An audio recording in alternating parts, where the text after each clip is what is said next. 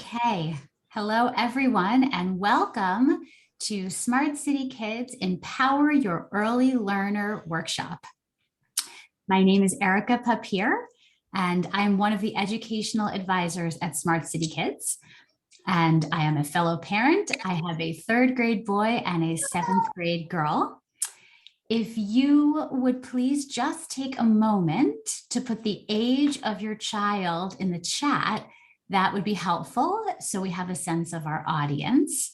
And I believe we have a few professional folks here. So if you're here with a school, you can just note that as well, or you can put the age of your children too. So I know evening events can be really tricky because of navigating the nighttime routines. So we really appreciate you joining us tonight. I'd like to briefly introduce Smart City Kids so you know we are here if you ever need us.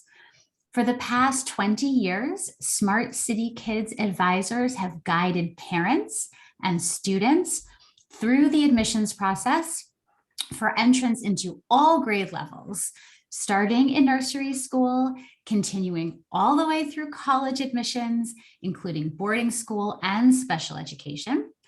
We work with families throughout the New York area, as well as across the globe for families who are relocating.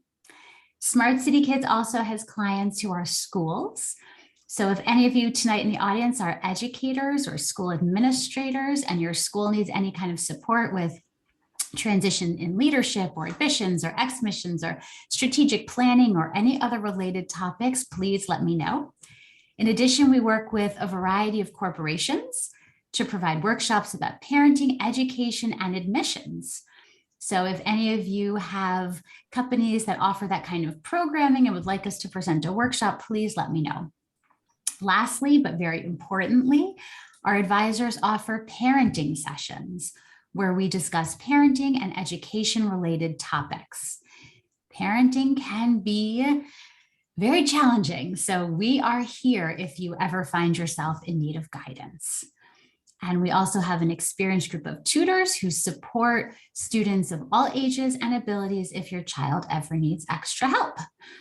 So I'm pleased to announce that we are able to extend a discount to parents who attend tonight's event for 10% off of either a parenting session or an initial consultation with an advisor. And I will put the code in the chat. I would like to take a moment and ask each of our wonderful panelists to introduce themselves before we get started. So Nicole, if you could kindly introduce yourself, that would be great. Sure. Hi, everyone. My name is Nicole Dobranski. I'm a speech language pathologist who specializes in pediatrics. I run a private practice called SpeechRise, where we provide home-based speech therapy services throughout Manhattan, Brooklyn, areas of Long Island, and the Hamptons. Great, thank you. And Halima Fuller, can you introduce yourself? Sure. I'm Halima Fuller. I've been an early childhood educator for almost 2 decades.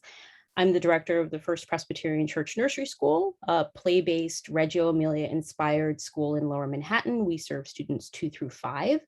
My areas of special interest are project-based learning, curriculum development, gifted education, and special education. Great, thank you. And Danielle MacCourtney, you're up next. Hi, everyone. My name is Danielle MacCourtney. I am a pediatric occupational therapist for the last 15 years. I am lucky enough to own Tiny Transformations. We are an in-home and in-school pediatric therapy service. We provide OT and PT services. We specialize in infant, toddler, and school age development. I've had the honor of working at Rusk Rehabilitation, HSS, before I took the company private. And I am the very lucky mom of Liam and Maddie, a 5- and 3-year-old. Okay, fantastic. And last but definitely not least, Rachel Shelley. Hi, everyone. I'm Dr. Rachel Shelley. I'm a licensed clinical psychologist, and I run a private practice called Whole Mind Psychology, and we specialize in treating childhood anxiety disorders and behavioral issues. We work with both children and parents, and I'm so glad to be here tonight with all of you. Okay, thank you, Rachel. Okay, so let's dive in, and I promise we will leave time for questions at the end. So Halima, I think we will start with you. So let's talk about play.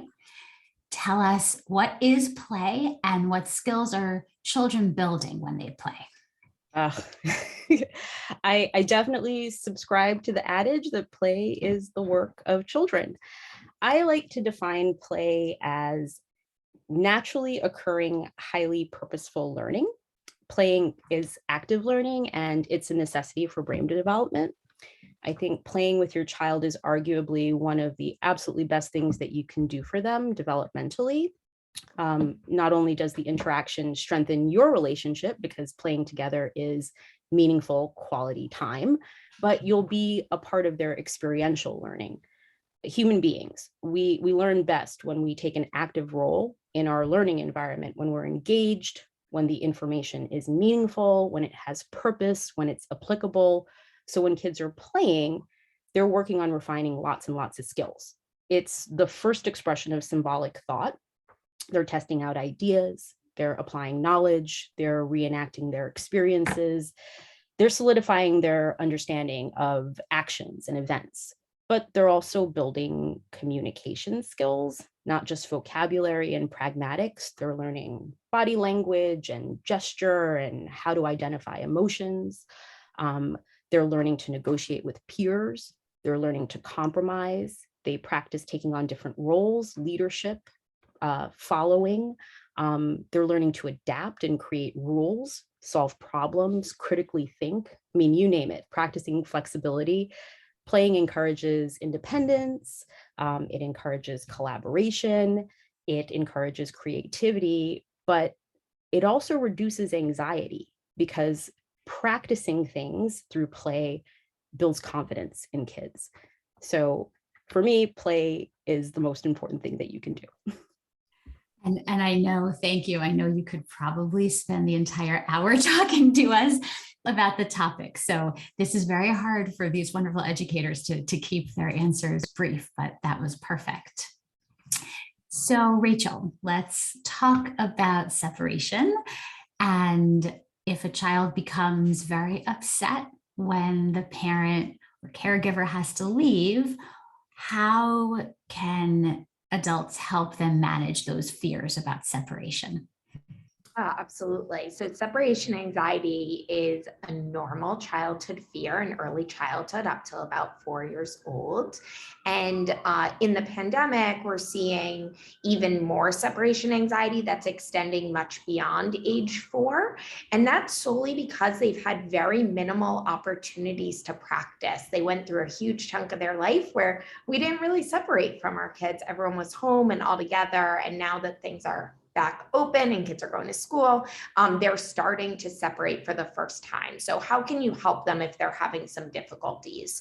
The best is to practice small, gradual separations, making sure you are always saying goodbye instead of sneaking out. So your child can learn that they can handle you leaving. If we just sneak out, they never get to learn that, oh, I actually did it. I handled it, even though mom or dad or grandma or grandpa left. The best thing you can do is integrate practice into every day. So maybe at the playground, you practice standing a little further away. Maybe you encourage your child to take small steps of their own. Maybe you have them practice run in and out of different rooms in the house, or you leave for 5 minutes and then come back. So really small, gradual practices of separations and continually increase the time apart. And always praise the progress. So whenever your child is able to handle even a very small separation, notice it and acknowledge it. And that's going to keep them motivated to keep practicing. And over time, you should notice that your child becomes more confident in separations.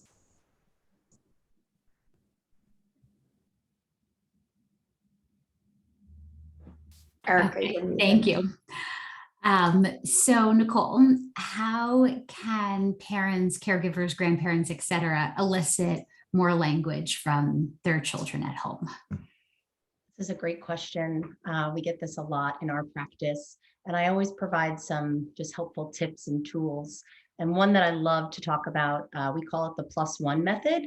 So wherever your child is at expressively, you're going to want to model one more word than they're producing. So for example, if your child is brown dog, you might want to take it one step further, brown dog running. When your child starts communicating using that 3-word utterance, you then turn it into a 4-word utterance. It helps your child know what's coming next.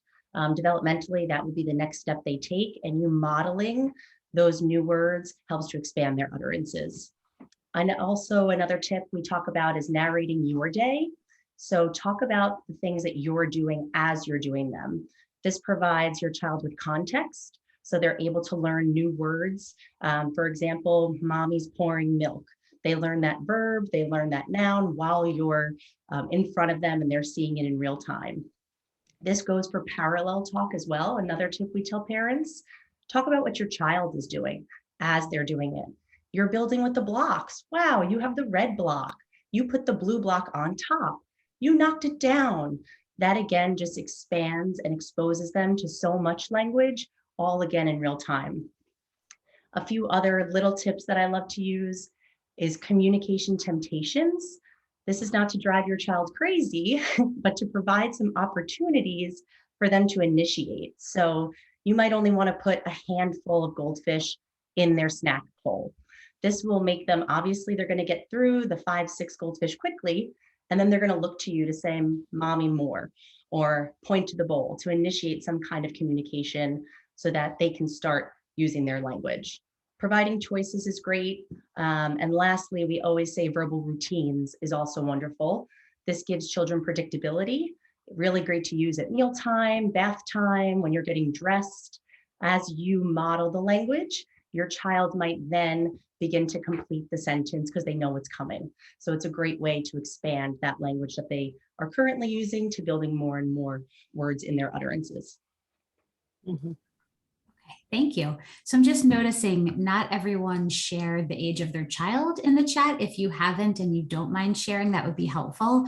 We have 4, 3.5, 5, 2, 2.5, 2, 3, 4, 5. So we seem to have sort of that 2 to 5-year-old range, at least those that noted. So I'm thinking maybe that's the age to speak to, not as much to the birth to 2. Oh, 14 months, 3, 3.5. Okay, thank you for 4. Okay, great. Thank you so much. Okay, Danielle. So how can parents, caregivers, grandparents, etc., support their child's fine and gross motor development?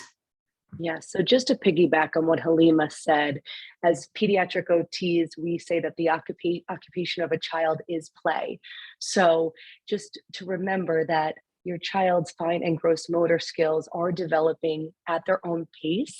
And although developmental milestones are markers of progress, progress in general is key. So as long as you see a scaffolding and a hierarchy of skills developing, just know that in time things will come together.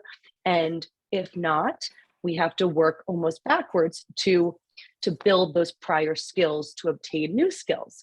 So the best way to support your child's development is to let them explore, play, and problem solve novel experiences. I always share with families that your infant's best friend is the floor, spreading out toys, letting them navigate new environments, having them reach out of their base of support, having them problem solve how to get to where they want to go. Obviously offering support, but resist doing for them to help them build motor plans. Strengthening activities for this age range could look like deep squats in play, children playing on the floor, but maintaining static and dynamic balance, maintaining tall and half kneel at vertical surfaces, playing with magnets on the refrigerator, on a big window, using an easel, playing on a child's belly promotes wrist and digit isolation and extension. So, and then really just exploring the community and exploring different settings, letting your child navigate sand and grass and the park. Those are all ways to increase strength gross motor wise. From a fine motor perspective, I always look at proximal stability because it leads to distal mobility. So your child, we do want to see a strong core. We want to see developing gross motor skills because that will hone fine motor development. You really need to be able to stabilize your body before you can manipulate a writing instrument or using a utensil to feed oneself with precision. So it's all one big picture. So just when I think of climbing, crawling, or prerequisites for scribbling, I love anything that requires distal motor precision and strength for our toddler age children. Tweezers, scoopers, clothespins. Have your 14, 18-month-old little ones rip paper, crumble paper, use their hands to create pictures using shaving cream and whipped cream, have a feeding activity as well. So really anything to promote sensory exploration, strength, and fine motor precision is really all directed through play. So you really can't go wrong. And if you have any further questions on developmental milestones, that's another whole topic in itself. So maybe we'll answer some questions later. Okay, great. Okay, Halima, back to you. So can you talk to us about the differences and the benefits of unstructured play versus structured play and how parents can help to foster both of those things at home? So unstructured free play is what we typically think of as play. It just happens, it's child-directed, it's self-motivated, evolves spontaneously, not planned, and kids are engaging at their own pace. Unstructured play is really, really, really important. It develops neural pathways, it strengthens the network in the prefrontal cortex of the brain. That's where learning and problem solving, memory, inhibition, all of the executive functioning is taking place there. So unstructured play encourages kids to pursue activities that interest them. Think going to the playground or doing dress up or make believe, or as Danielle just said, outdoor explorations. It can happen alone or it can happen with peers or with adults. On the other hand, structured play is sometimes called purposeful play. There's a specific learning objective, like learning the days of the week or learning to hold a writing implement or form letters. It's organized and it happens at a fixed time and in a set space. It's often led by an adult. So children are learning how to follow directions and rules, and they're honing language processing skills. So you can think classes, lessons, board games, card games, sports. Those are things that can happen at home. Okay, great, thank you. So Rachel, how would a parent know if their child's worries are quote unquote normal, or if they have anxiety that needs more support?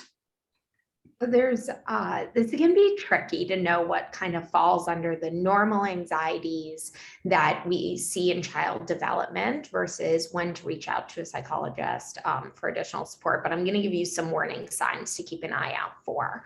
So all because your child expresses a worry or fear does not mean they have an anxiety disorder and need treatment. And there's really common childhood fears that we typically see in like the 2 to 4 age range, which might be about separations or using the potty. They're typically afraid of the dark or loud noises, strangers.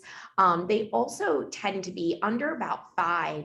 They tend to be pretty afraid of monsters and ghosts and imaginary creatures because their mind is so active and they can imagine all of these creatures, yet they don't yet have an understanding of what's real versus imaginary. And so they become fearful of it. And so it's very normal in child development to hear a child say, oh, I'm afraid of a monster in my closet or under my bed. It doesn't necessarily mean they need treatment unless these are some of the warning signs. The worries are really intense, like they cause your child really significant distress, where you might notice changes in their mood, or they might be very tearful or dysregulated for a long period of of time. So intensity, if the worries come up very frequently, even during times of the day that you wouldn't expect your child to be thinking about monsters under their bed, if they're, you're walking home from school and they're talking about something they're afraid of, that seems out of place every day, that might be a warning sign. So intensity, frequency, and then we look for the worries to persist for at least 4 weeks, to make sure that they're not just ebbing and flowing. And then another big warning sign is if the worries start to interfere in their life. So if it's getting in the way of them sleeping or eating or going to school, using the potty, making friends or maintaining friendships, or just fully participating in their activities, that would be something we would look out for and a sign to seek support. And then my last warning sign is if you as a parent or caregiver feel that you have to significantly modify your behavior in order to keep your child calm and comfortable. For instance, like if you have to stay in their bedroom for hours to help them fall asleep, or if you have to follow a specific routine in the morning just to get them out the door so that they'll separate easily.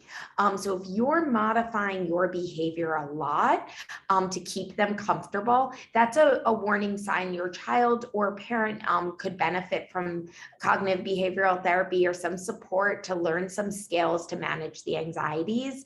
And just so you know, it's really, really treatable and short term. So that's what I'd keep an eye out for. Okay, that's so helpful. That's so concrete things that they can really watch out for. So that's great. Thank you.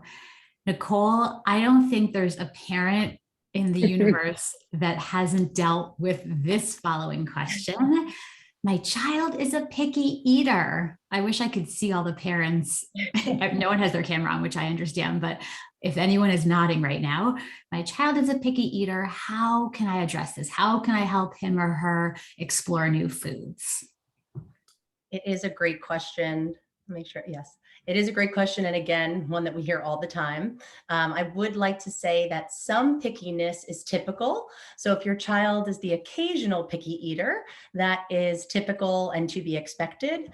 A warning sign, as Rachel was just explaining, when it causes stress, when mealtime is a battle, when your child has a lot of fear surrounding foods, this could be a great time to consider intervention, just to help support your child extra. But just keep in mind that some pickiness is typical, and I'll walk you through kind of some tips to help engage your child during mealtime. And the biggest word that I think is the word of the hour is play. Even with our food. So I know so many people say we don't play with our food, we don't get messy, and that is wrong, especially for a picky eater. Our children learn through exposure, and we need to play with our food to allow them that exposure prior to mealtime, before we expect our child to eat a brand new food. Especially if your child has picky eating, we really want to get them exposed to that food, to learn about that food, the components, the characteristics, the colors, the smells. There are so many different pieces to eating. And as typical eaters, we don't really think about it, right? We pick up our food and we eat it. For picky eaters, there are actually over 32 steps they have to overcome to comfortably eat. So it's something to really consider, just how involved mealtime really is for our kids. Ways that we can play. I love to use motivating themes for our little kids that love dinosaurs, for our kids that love the ABCs, using cookie cutters, making pancakes and waffles really fun shapes. If you have a child who is stuck in one type of food, try and add a little variety if you can. So your child who loves mac and cheese every night for dinner, try and change the noodle shape. Something so small can make such a big difference. A lot of times when we're giving our children the same foods over and over, they begin to food jag and they can't get out of that need for that specific food. So changing it minimally, even something so small as just the shape, can really help your child not become so rigid and allow for some flexibility around mealtime.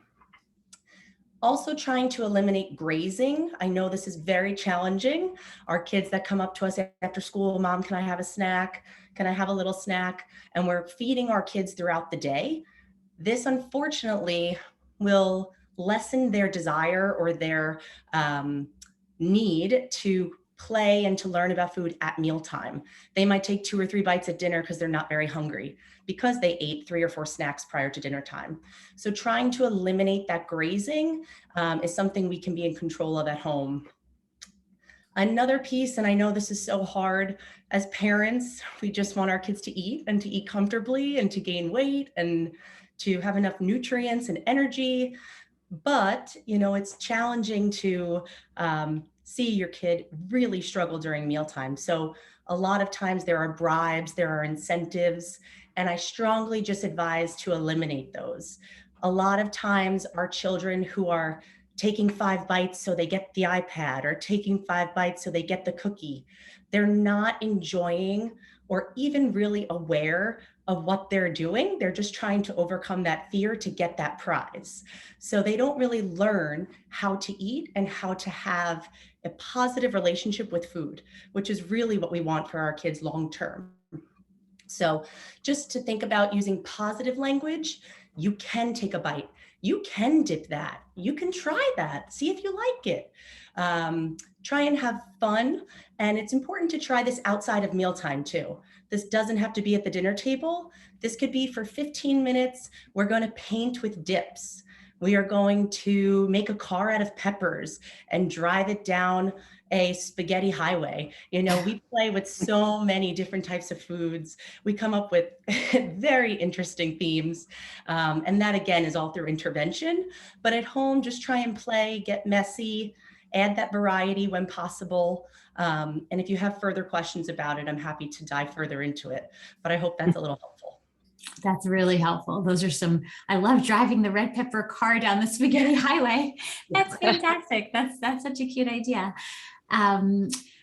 Okay, so Danielle, back to you. I know toddlers and young children can be fiercely independent, but not always. So how can we help our children become more independent during self-care routines? Yeah, so building independence during self-care routines is something that the parent can focus on through structure, but also through skill development. So by imposing structure during routines, it helps your child know what's coming next, and it alleviates any of those transitional challenges that we'll actually speak in the next question. So at nighttime or in the morning, your child knows that first we use the potty, then we take a bath, then we put on our PJs. In those routines, that is where you can work on your skill development. But helping a child knowing what's coming next will alleviate some of those power struggles that you see during routines. Ways to build skills is one thing that I love, especially as an OT, because we work on ADLs, activities of daily living, in terms of brushing teeth and using the potty and getting dressed and working on fasteners, is backward chaining. So you can support dressing skills or brushing teeth or any of these routines by doing a part of the activity and letting your child finish the task. So open the toothpaste container and let them place it on the toothbrush. You can brush one part of the but one area of the mouth and let them finish. You can thread one arm of the shirt and let them finish. Also, visual demonstration goes a long way. Demonstration is very supportive for motor planning. Sometimes we give lots of directions to our children and they're not processing the many sequences that go into these skills. So demonstration and backward chaining. Easy clothing options are a great way to build independence in self-help routines. Velcro sneakers, short ankle socks, elastic waistbands, the flip trick to put on your coat, and just really taking it slow and giving your child time. Time is a major piece that we forget in building fine motor, gross motor development, and self-help routines. Allowing your child the time to process the steps, sequence the steps, and try versus doing for them. And I know as a parent, we're moving very quickly during these AM and PM routines because maybe we want them to go to sleep to get a moment, or we need to get out the door to work. But time, let them process the steps of these new skills that they're developing. Great advice. Okay, Halima, back to you. So how can parents support play-based learning at home? Can you give some strategies, some examples of things people can try? Yeah, just the general rule of thumb. When you're playing with your kids, you want to scaffold them. You want to ask reflective questions. I wonder what would happen if. How many? Do you think? I noticed this. What did you notice? You also want to provide them with language, descriptive language. Let them hear you problem solve.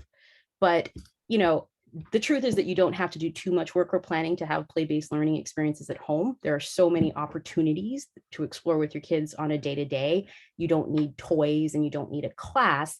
You just need to make sure that there is time for play, preferably away from electronics. So you can be part of spontaneous, unstructured play by just taking their lead and adding to their games, but the kids should be able to direct it. And they should be allowed time to play alone as well, no matter what their age. Dramatic pretend play is super easy to do at home. Props can make pretending to be something or someone else really come alive. Hats, sunglasses, thrift shop items. An empty box can magically become anything. Having open-ended materials, Play-Doh, paint, paper, all of that offers open-ended play. Being in nature, outside, it's a great way to engage in sensory play, physical play, listening to music, having a dance party, playing freeze dance. All of that is teaching you listening skills, motor control, self-regulation. Structured experiences can also come in lots of different forms. Kids thrive with responsibility. Responsibility can really elicit a lot of the same joy as open-ended play. They get excited when they have a sense of agency and independence. So doing laundry can be a chore that becomes a really fun activity. Getting the mail together, you can pretend that you're a mailman and you can sort it, and you can also practice some literacy skills. Gardening, cooking, baking together. That's math, it's literacy, it's science in action. Kids are learning organization, they're learning to follow instructions and safety rules. Cooking particularly, lots of sensory exploration. And then there's more formal. You can do board games, card games, puzzles are great structured play-based activities. They really promote focus and turn taking. I love Legos. They're great because you can use them openly to create whatever you want, or you can follow instructions. I think that it's just really important to find time to play with your kids and show an interest in what they're playing. It'll be a fun learning experience for both of you or for your whole family. That's great. Thank you. And then in the blink of an eye, they're way out of preschool. So you definitely want to enjoy it while they're still little. Okay, Rachel, so back to you. Some children are very articulate and communicative, and others are still working on that. So how can we help our children to communicate their feelings more effectively? So this builds nicely actually on what Hal was saying, because this can be really integrated into play of naming feelings in as many opportunities as you can. So whether that's when you're reading stories, you might highlight the way a character's face looks on the page, like what feeling do you think, or how do you think they're feeling in this moment? Or you might just label it like he looks sad or he looks happy. So as much naming of emotions as we can do for young children, the more that they're going to be able to express them. So you want to start with naming their feelings, as this might be really foreign to them at first. And this is especially important for children that have a lot of meltdowns or tantrums because they're showing you their emotions. They're showing it in their behavior. And I'm sure we can all agree that just communicating their feelings would just be so much easier if they said, "Mom, I'm so angry at you right now," rather than a full-on tantrum on the floor. So the more you name their feelings, the more they're going to express them. They might still feel them. They might at times still have big behaviors, but at least you might know what's going on and be able to help them better. So we want to start with naming the feelings. Then the other way to teach your child to express their feelings is to really model and set a good example for them. And you might start by talking about your own feelings in a variety of everyday situations. For example, you might wake up in the morning and open the fridge and realize you have no milk for your coffee. And you might say, "Oh, I feel so frustrated. We're all out of milk this morning." And the goal of this, you don't have to teach them your emotion about not having milk for your coffee. The goal is just for them to hear that you too feel frustrated. And then you might build on that by saying, "Oh, when I get frustrated, I take a few deep breaths and I try to think of a way to solve the problem." Or I take a few deep breaths and I walk away and come back to it. So the more that you're modeling naming of emotions and what you can do after feeling that emotion, the more your child is going to pick up on that language. And then the last tip is to really make sure in situations, and this is comes up a lot in play as well, to validate your child's emotions before trying to fix the problem. I really like to say that all good things start with understanding. So when your child comes to you crying, "My sister knocked down my tower," rather than jumping into, "Oh, let's just rebuild the tower," really staying with, "Wow, that's really upsetting. I bet you worked really hard on that. And I could imagine you're really upset right now." Pause before fixing it. And when parents really start to validate, they often are like, "Oh, that's so much easier. I don't need to solve all the problems. I just have to be there and in it with my child." And that will increase how much your child is sharing their emotions and using various feeling words. That's really helpful. That's really helpful. Thanks. I'm sure everyone can relate to some version of the scenario that you put out there. Okay, so Nicole, back to you. Young children are still wearing masks quite a lot. Tips, tricks for helping children communicate effectively when they have their mask on? Sure.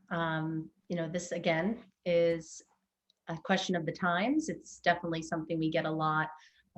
And it's a challenging one because sometimes for every child, it's a little different, depending on their age, depending on their environment.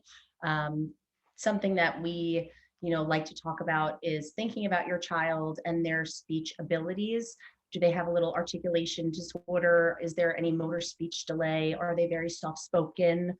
These are children that will most likely be more impacted by mask wearing. So just to try and keep that in mind as you're trying to support your child. Something we try and teach our little ones is about breath support. We typically don't talk to our children about that, but the bigger our breath, the louder our voice can be. And when we're wearing a mask, it's muffled, our sounds are muffled.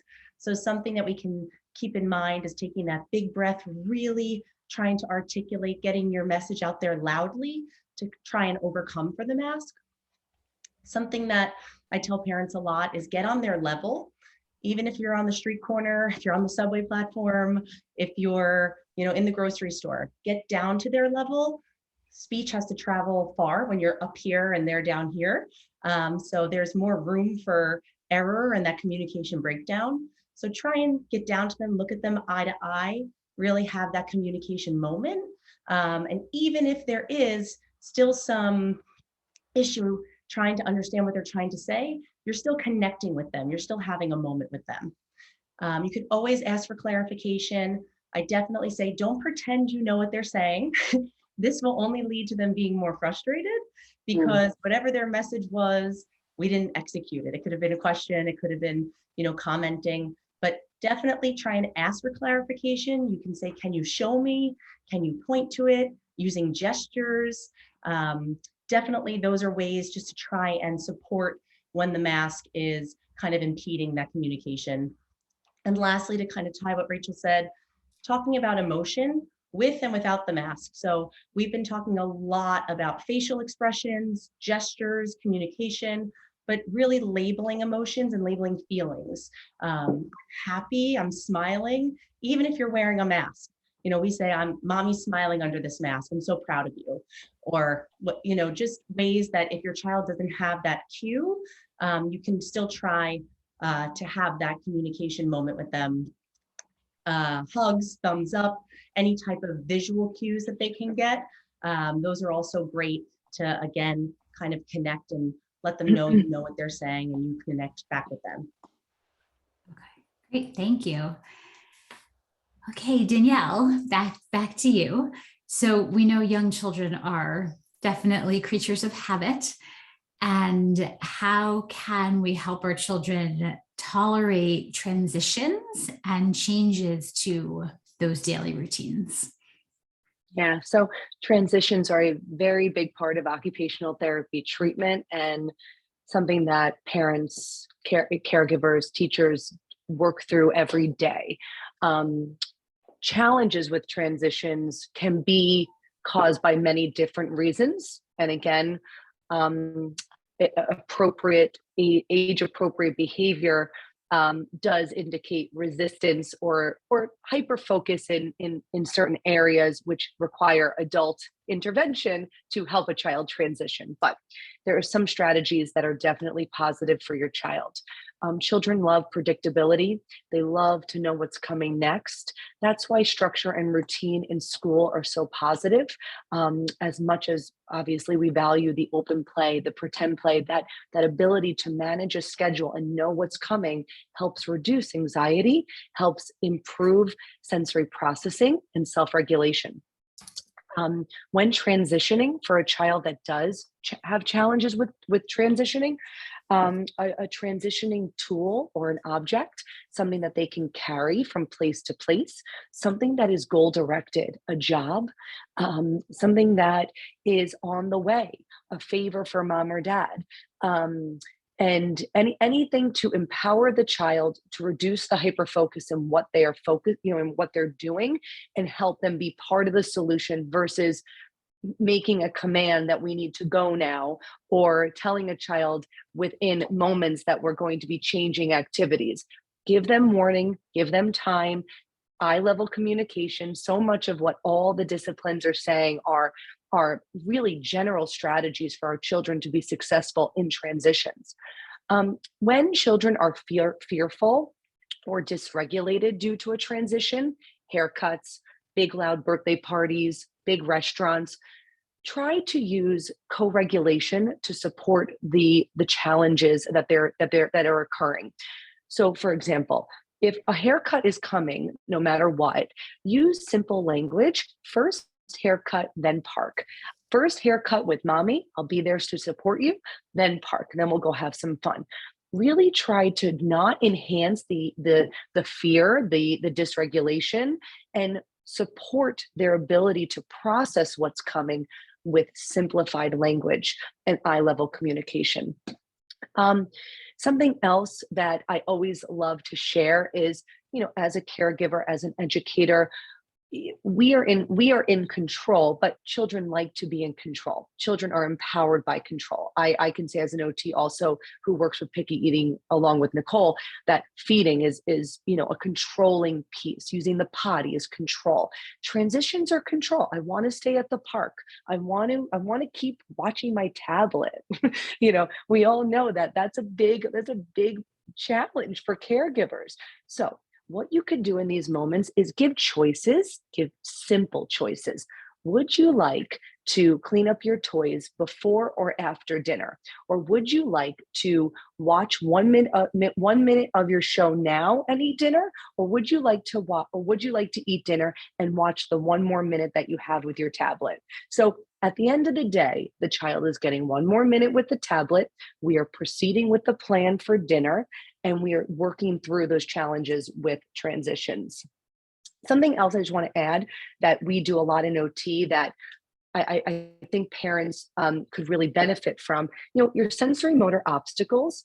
They are very much geared to multi-step processing. So although in OT, for example, we're moving our body and we're, negotiating our environment, we might be working on 3-step activities or 2-step activities. So the goal behind that is working on transitions. The ability to initiate and complete multi-step tasks leads to more independence with routines and transitions. So just a little trick. Fantastic. Thank you so much. Well, each of you have so much wisdom to share. It's really wonderful. I'm sure parents are benefiting tremendously from your advice and expertise. So we have just about 10 minutes left. We do want to be mindful that everyone's had a long day. So if anyone has questions for any member of the panel, I would invite you now to take a moment and put it in the chat. Don't be shy. All questions are good ones. And if you're wondering, then someone else is potentially wondering as well. And I would find it impossible if no parent of a young child in our audience today has any questions. So feel free to put a question in the chat. If not, I can pose another question or two to the members of our panel. Okay. I'm not seeing anything at the moment. So let's see. Okay, so I think maybe we'll just go back. So Nicole, I'll circle back to you one more time. Can you suggest some games or some activities that parents of this age group can do to enhance their child's speech and language development? Sure. So some games, I always like to think about development and where our children should be, what our goal is in terms of play when we're doing structured play. For example, for our little ones who are learning body parts, a Mr. Potato Head, a head, shoulders, knees, and toes song to go along with a Mr. Potato Head, just trying to incorporate that exposure. Another one that I love for expressive language, and I play this all the time, is I Spy. This goes again with that 1+ expressive language tip that I gave parents earlier. By describing items, we're giving adjectives, we're talking about colors, we're talking about sizes, we're talking about shapes. I spy something big, green, blowing in the wind, right? It's the tree. So just to give a lot of language, I Spy is a great activity. It also incorporates naming and labeling. A game I love also is headbands. They make like a junior version and an older version. And that's another game kids love. And it works on category, it works on function for our, older kiddos that out of the toddler range, definitely works on the hierarchy of labeling, categories, associations. It builds so many different expressive language skills. It's a really great game. And again, kids love it. And you wear a funny headband on your head and they think it's very silly. We have that game and it's hilarious. Yeah. The version we have, some of the cards are really challenging. You have to dig deep into your vocabulary to describe the item. So that's a fantastic suggestion. Thank you. So Rachel, what if a child is having some challenges making new friends, as they've just not had as much practice as they normally would have over the past few years? What are some suggestions for helping them enhance and develop those social skills and new relationships? So I've heard this word thrown around a few times, and the word's exposure. The more practice in social situations, the more opportunities that you're able to create for your child to be around other kids that are their age. And it could be at the playground in Central Park. It can be unstructured play, but just the opportunities for them to be around kids, to get practice interacting with them and set them up for success by really talking them through like what they might do with the friend they're meeting. I would stay at first, like have the caregiver stay with them. So again, it can be gradual, it can be a positive experience, and maybe have a few ideas for your child and even role play with them. How are you going to introduce yourself? What might you say?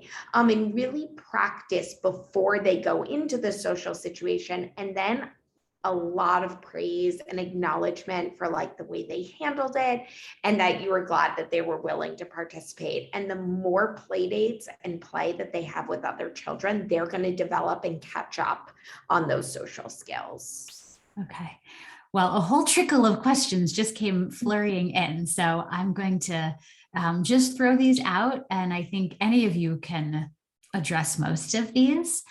So I'll start with this one.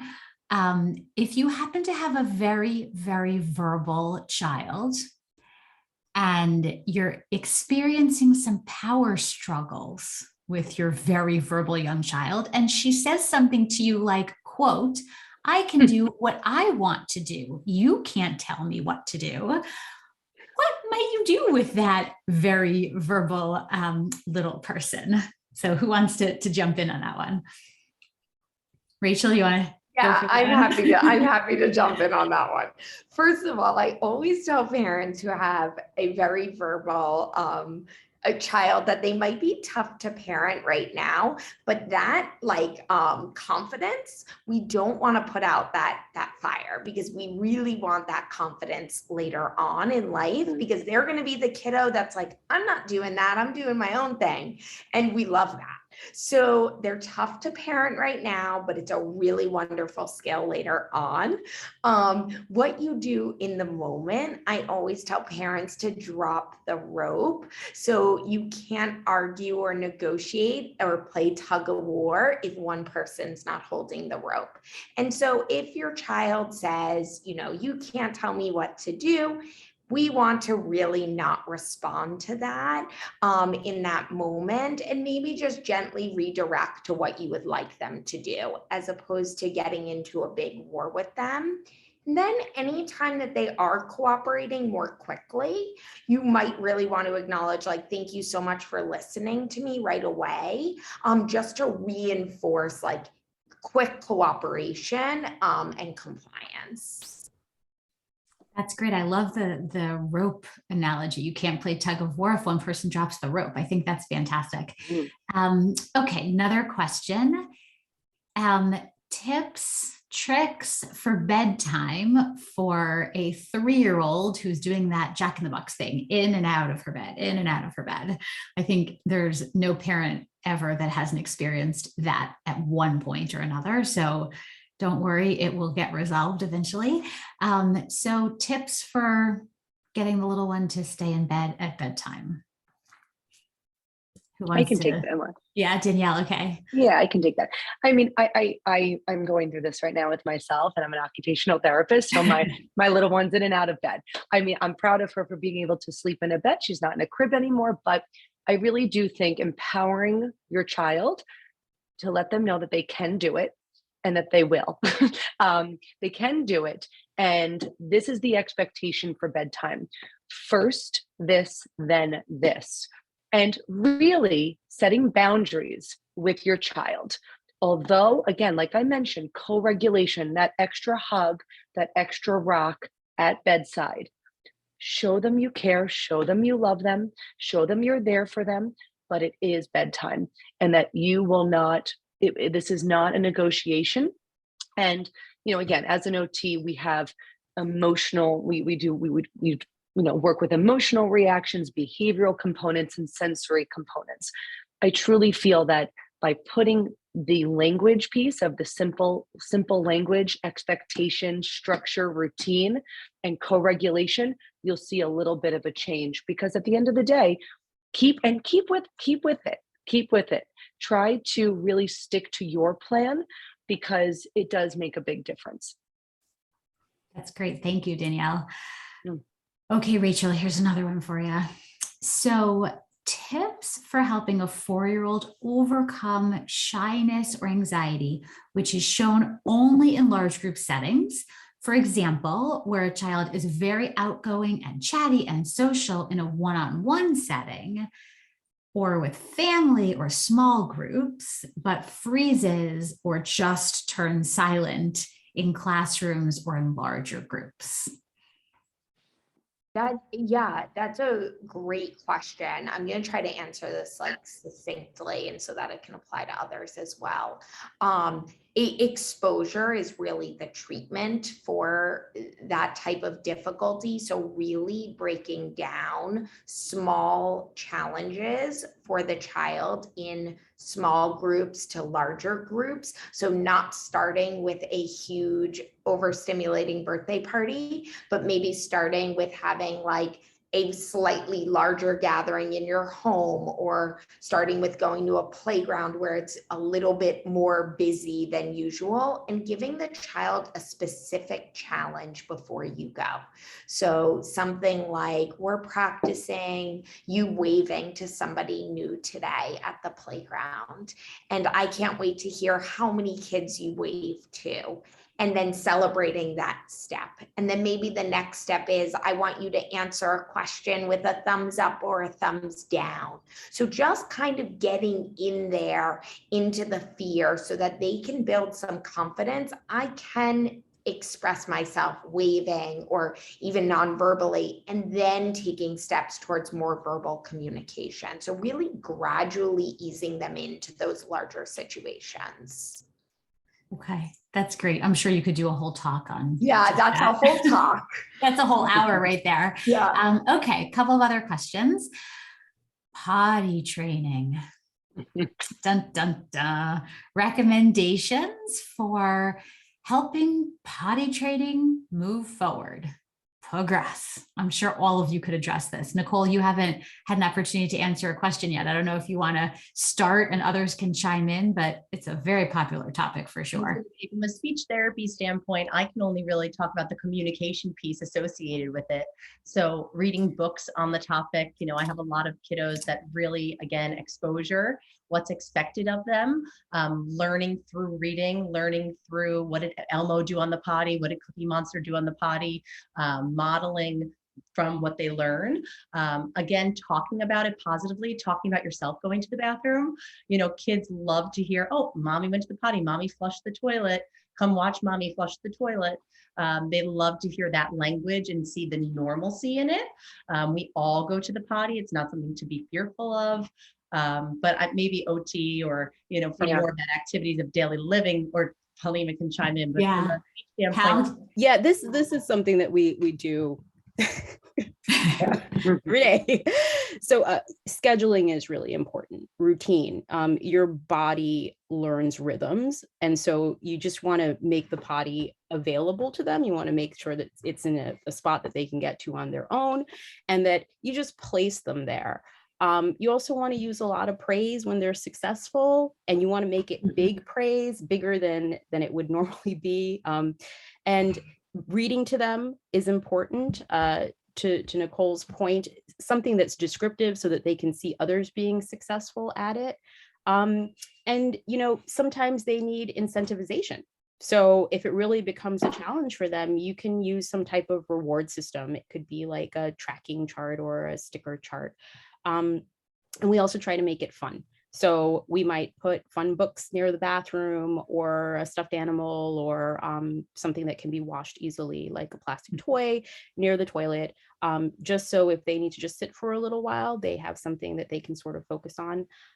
But it can be a marathon, and you should just keep trying and making sure that you maintain those routines in that schedule, and eventually they will get it. Yep. Danielle, did you want to add something to that? Yeah, I was just going to say, in your more tough cases, potty training is directly related to introception, which is a sense that we don't talk about a whole lot. And I know we're at the end of this, but introception is, just responses to physiological responses of the body: pain, cold, I have to use the bathroom, fatigue, hunger.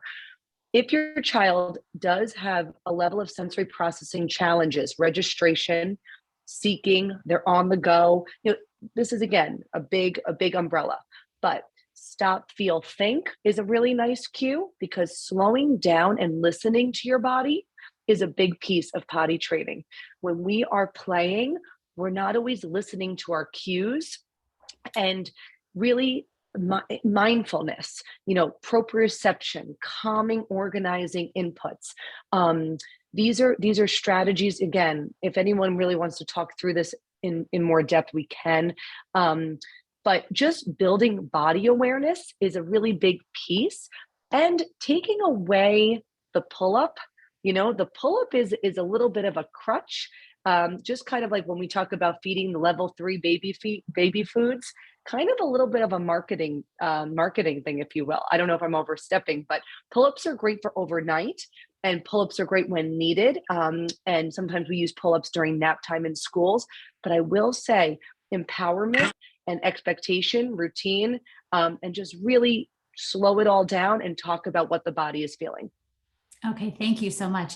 So I'm going to throw out one more question, and then I do want to be mindful of our panelists' time. So I guess maybe, Rachel, this is again in your direction. Can you talk about giving in to a child to avoid a tantrum, because it's just easier to give in than deal with the meltdown? Yeah. So we're all human, and taking into account parent or caregiver vulnerabilities in the moment is really important in picking your battles. And there is no problem with at times giving in to avoid a tantrum, especially if you need to get to work, you need to pick up other kids. That might not be a battle you want to fight in that moment. And at the same time, if we're constantly giving in and constantly accommodating, you're going to be reinforcing your child's behavior, meaning you are going to see more of it.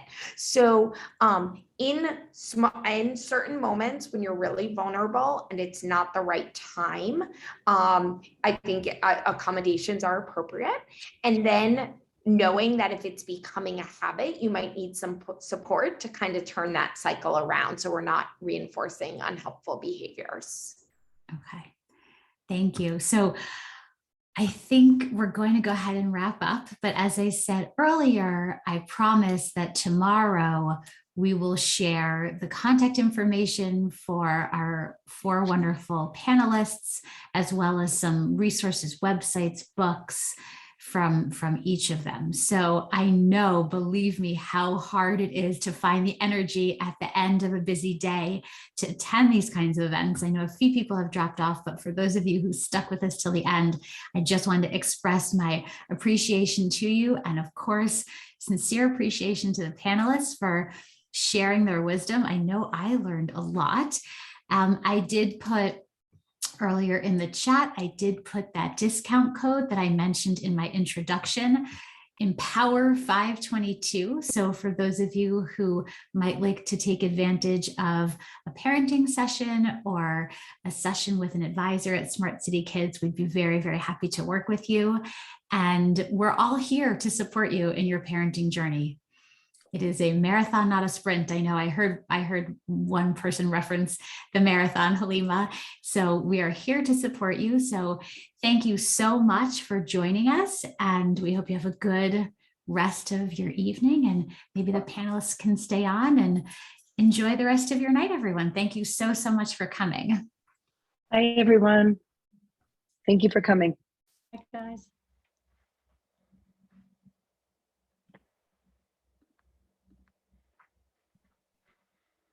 Hal, maybe you could stop the recording.